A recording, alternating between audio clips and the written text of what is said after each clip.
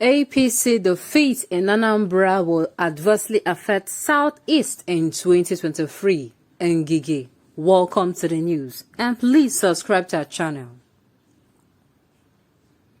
Minister of Labour and Employment Chris Ngige has said the defeat of a ruling All Progressive Congress APC in the last governorship election in Anambra State would affect the party in the Southeast region in 2023 election. The minister, who expressed disappointment on the inability of the All Progressive Congress APC to take over power from the All Progressive Grand Alliance APGA in the state, blamed APC defeat in the election on the controversial primaries that produced the party's flag bearer. Her spoke on channel television program Political Paradigm. A lion fears that a setback would count a lot in the region come 2023 general elections. He, however, assured that a scenario would be different in 2023 as the infrastructure revolution of the Buhari government has touched the zone tremendously. He said the construction of the multi-billion naira second Niger bridge has reached 80% completion. Ngige, one of the founding fathers of a ruling All Progressive Congress APC, named the Jajatin Brink among the 5 legacy projects to be bequeathed to the country by the Buhari administration. He recalled that the second Niger bridge had been a campaign item for successful presidents of Nigeria from 1999, starting from President Olusegun Obasanjo until President Buhari came to power. He said, "When President Buhari came in 2015, I campaigned with him all over the Southeast zone and even beyond as the zonal campaign coordinator from Abakaliki to Aba, Akwa Ibom, Uyo, Awka, and Enugu. In these places we talked about the second Niger bridge. That bridge has been built. It is now 80% completion. It is now at 80% completion. Before, it was being built by the Public-Private Partnership PPP, but now it is being built from the Sovereign Wealth Fund as one of the 5 legacy projects that this president is leaving for the country." The Southeasterners have seen that the second Niger bridge is being done. Buhari, has completed the Zik's mausoleum.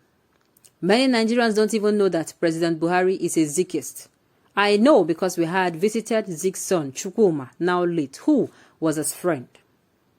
We visited that tomb before he was elected president. On why the feeling of marginalization still thrives in the Southeast, Ngige noted that the people of the zone love appointment and felt that the president did not treat them well in that area. He explained that the president thought he could empower and make the people of the Southeast happy through giving them fertilizer plant in Ebonyi State and extending credit and grants to farmers in Ebonyi, Imo, and farming areas of Anambra State. But these are people who love appointment. They know, and I say to them, we have seen presidents appoint people from their zones or even other zones for a 4-year term. They come and go. We had plenty of appointments during the Obasanjo and Jonathan administrations. When I say it, some people are not happy. For example, the Enugu airport has suffered dilapidation over the years, but we had 4 aviation ministers, namely Kema Chikwe, Fidelia Njeze, Osita Chidoka, and Stella Odua. How come that effort remained dilapidated while they were in office? The tarmac was pronounced as the worst in the whole of Nigeria by an Ethiopian pilot who flew us one day. But a hardy Sirika from Katsina State discussed with the president and some of us in the Federal Executive Council, FEC, and the president brought 10 billion naira special fund and renovated the airport, giving us a new tarmac, rated as one of the best in Nigeria, if not Africa. He put new control towers for us.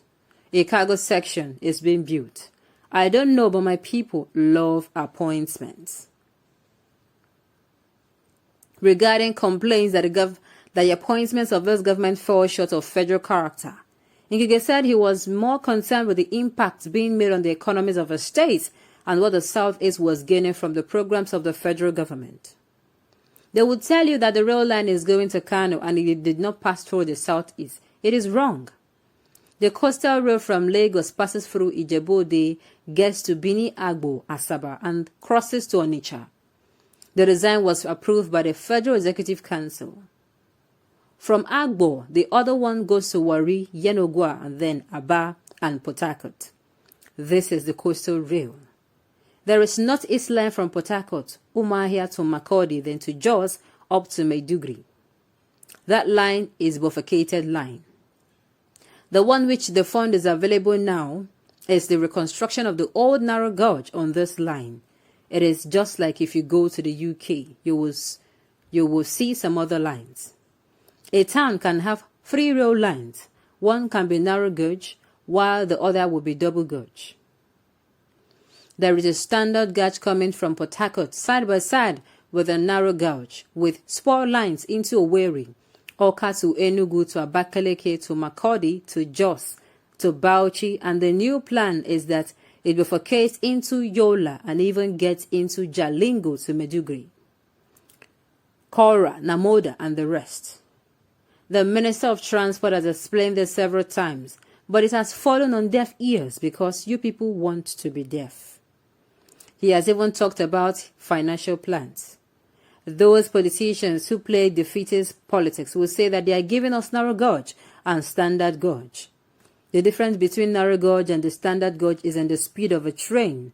The narrow gauge will move about 120 km per hour, while the other one will move at 150 km per hour.